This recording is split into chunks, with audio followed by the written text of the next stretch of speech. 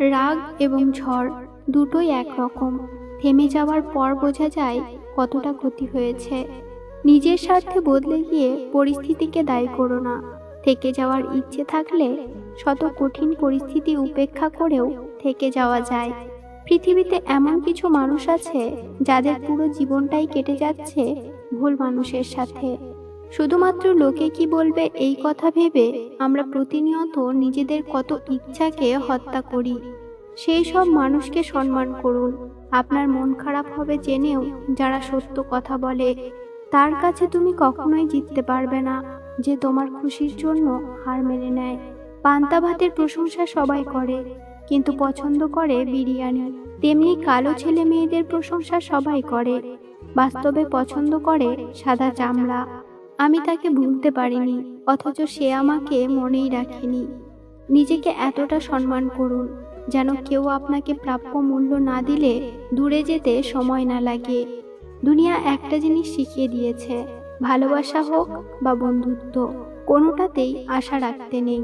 চোখের জলটা সহজেই মুছে ফেলা যায়, কিন্তু চোখ থেকে জল পড়ার কারণটা কখনো মুছে ফেলা যায় না। কখনো কখনো তুমি জীবনের কাছে কষ্ট ভোগ করবে। তুমি খারাপ সেজন্য নয়, বরং এজন্য যে তুমি বুঝতে পারোনি কোথায় এবং কখন ভালো হওয়াটা থামিয়ে দিতে হয়। কিছু ভালো লাগা দূর থেকেই সুন্দর, কিছু ভালোবাসা আড়ালেই সুন্দর। কাউকে ঠকিয়ে জীবন সাজানোটা খুব সোজা, কিন্তু কাউকে না ঠকিয়ে জীবন সাজানোটাই হলো প্রকৃত সফলতা।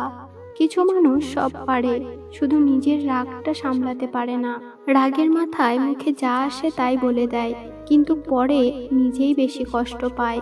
তোমার দুর্বলতা জানা সত্ত্বেও যে তোমায় আঘাত করে না, নিঃসন্দেহে সে তোমার প্রিয় মানুষ।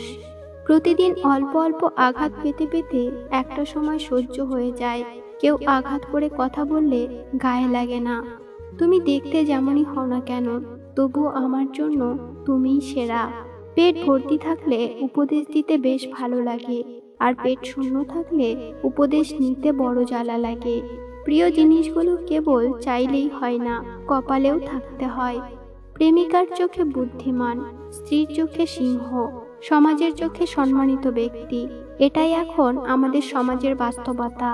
একজন সৎ ব্যক্তি প্রেমিকার চোখে বোকা, স্ত্রীর চোখে গাধা, সমাজের চোখে বলদ, কিন্তু সে একজন অসৎ ব্যক্তি। যদি জীবনে শান্তি চাও, তাহলে লোকের কথা গায়ে মাখা ছেড়ে দাও। একলা চলতে শেখো। একলা কিসের ভয়? বিপদে পড়লে কেউ তো কারো নয়। কঠিন সময়গুলো একাই চলতে হয়। আমি বলবো, যারা অসফল তাদের সাথে কথা বলুন, কারণ তারা কেন অসফল তাদের থেকে শিক্ষা নিয়ে নিজের জীবনে কাজে লাগান। কখনো হাল ছাড়বেন না।